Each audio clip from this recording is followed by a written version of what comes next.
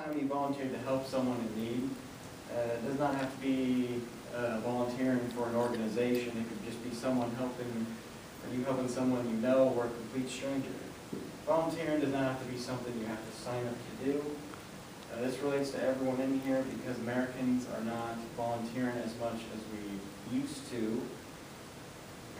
And personally, I volunteered a lot during my middle school and elementary school years, and senior year in high school, I made a tradition with a group of friends where we give the seniors a day off and schedule dates for a day for local businesses and organizations like the zoo, where we send the seniors and volunteer.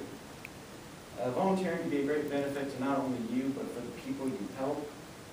Dive into this, we're going to see why organizations need our help to begin with, why Americans aren't volunteering as much, and the benefits volunteering can bring you personally. So let's look at how volunteering or what businesses need help with volunteers. Many places need volunteers for many reasons. According to their About page on harvesters.org, last updated this year, Harvesters is a food bank that works in Northwest Missouri and Northeast Kansas City. I got this from their website, harvesters.org. Their mission is to feed hungry people today and work to end hunger tomorrow.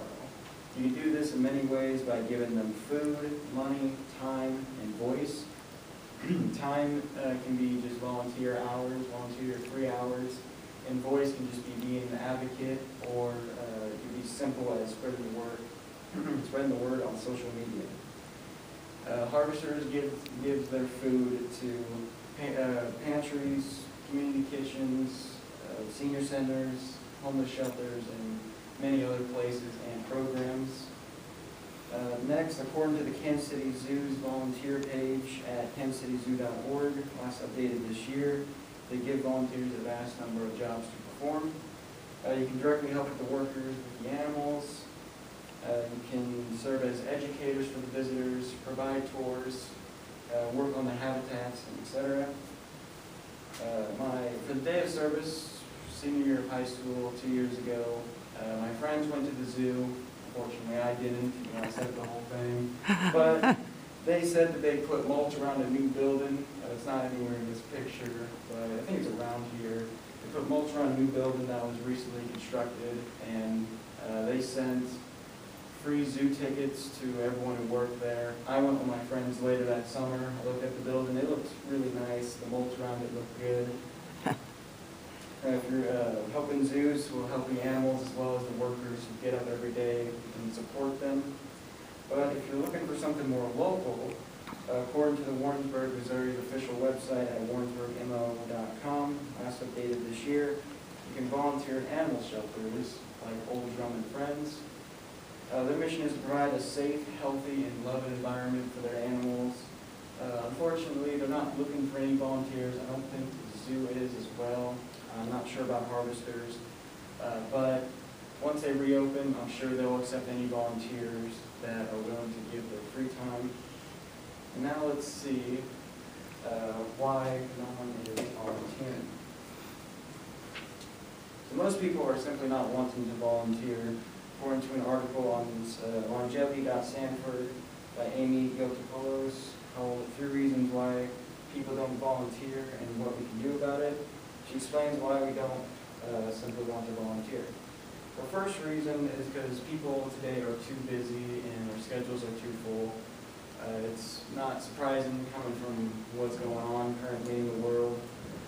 We either just don't have the time, or the places that do accept volunteers don't have a flexible schedule. I believe that volunteering shouldn't be something you force. It should be giving your free time to whatever cause you want to support. Amy's second reason is because we don't have enough information, or the job is not very interesting. To counter this, I would suggest looking at online sources, looking at people who actually have volunteered before, and look at what they have to say about their work. It's a good source of feedback and knowledge to see if what they're doing is meaningful and purposeful. Our last reason is simply no one asks for help. organizations don't directly ask people to volunteer for them. I had my school to tell me the local businesses and organizations that are accepting volunteers during my day of service year.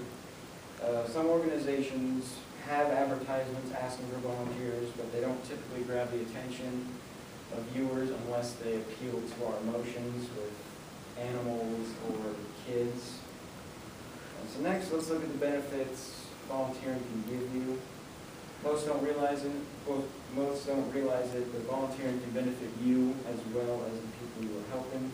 According to an article by Jean Segal and Lawrence Robinson on helpgod.org, last updated June of 2019, called Volunteering and Its Surprising Benefits, they stated many advantages volunteering can give you.